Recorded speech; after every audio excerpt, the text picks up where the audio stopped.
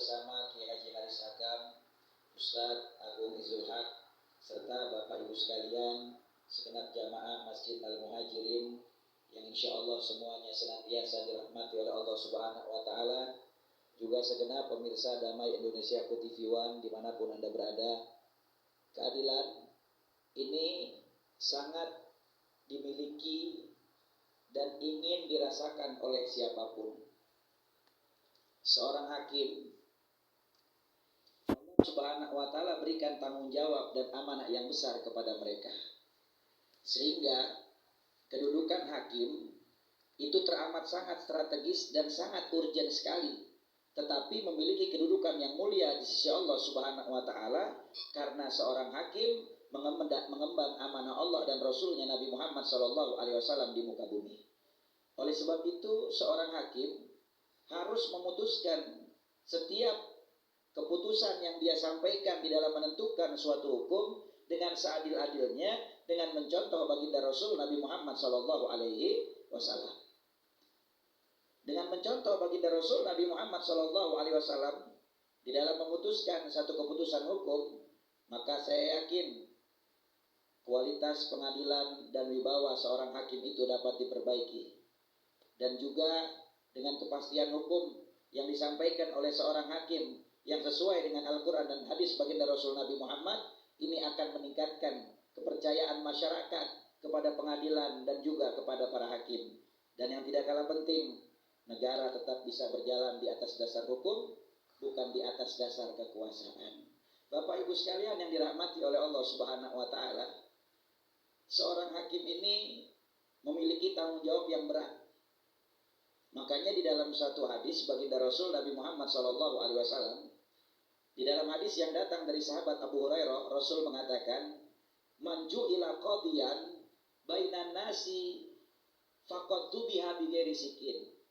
Siapa orang yang Allah jadikan dirinya sebagai seorang hakim yang memutuskan satu ketetapan hukum bagi orang yang mengalami persoalan atau permasalahan hukum, maka niscaya mereka itu diibaratkan seseorang yang disembelih tanpa menggunakan pisau.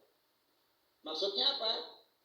Mayoritas ulama jumhur mengatakan maknanya seseorang yang dia mengambil dan mengemban amanah sebagai seorang hakim, berarti dia harus siap untuk menerima celaan dan cacian dari orang-orang yang berhadapan dengannya. Terlebih lagi di saat hakim tersebut memutuskan satu keputusan hukum tidak sesuai dengan kebenaran, maka itu adalah tanggung jawab yang besar dan bahkan bisa membawa dia menuju nerakanya Allah Subhanahu wa Ta'ala. Naudzubillah min dzalik. Bapak Ibu sekalian yang dirahmati oleh Allah Subhanahu wa Ta'ala, pantaslah para ulama salafun saleh terdahulu, mereka itu enggan ketika dipilih untuk menjadi seorang hakim, karena memiliki tanggung jawab yang besar di hadapan Allah Subhanahu wa Ta'ala. Sampai ada di antara mereka yang melarikan diri dari kotanya karena nggak mau diangkat menjadi hakim. Di dalam kitabnya Imam Ghazali mengatakan bahwasanya ketika seseorang dia mau mengemban satu amanat yang besar menjadi seorang hakim, maka setidaknya dia memiliki beberapa hal yang harus ada di dalam diri seorang hakim. Yang pertama adalah seorang hakim harus memiliki ketakwaan yang tinggi kepada Allah Subhanahu wa Ta'ala.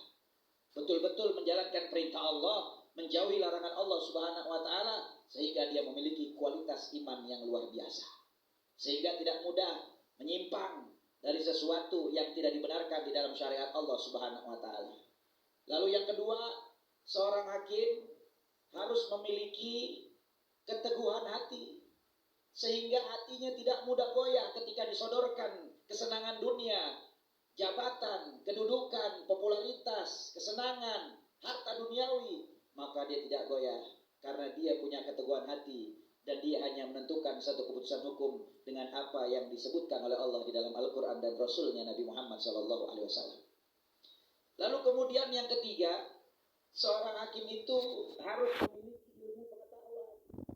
Tadi guru kita Kiai Hakam sudah menyampaikan, kata Kiai Haris Hakam, Rasul itu berpesan bahwasanya ada orang yang dia masuk neraka karena dia menentukan atau memutuskan satu keputusan